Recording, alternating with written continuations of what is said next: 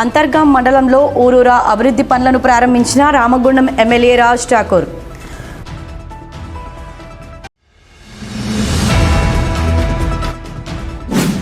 గణపతి నవరాత్రి ఉత్సవాల కోసం వినాయక విక్రయ కేంద్రాల్లో అమ్మకానికి సిద్ధంగా ఉన్న గణేష్ విగ్రహాలు.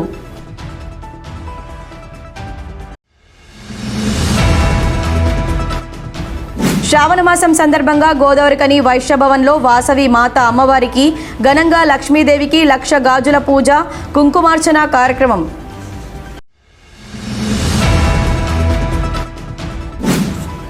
లయన్స్ క్లబ్ ఆఫ్ గోదావరికని స్ఫూర్తి ఆధ్వర్యంలో కరీంనగర్ రేకుర్తి కంటి ఆసుపత్రి సౌజన్యంతో ఉచిత కంటి వైద్య శిబిరం.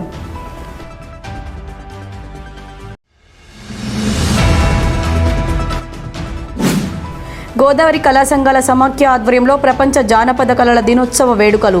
జానపద కళాకారులను సన్మానించిన కళా సమాఖ్య.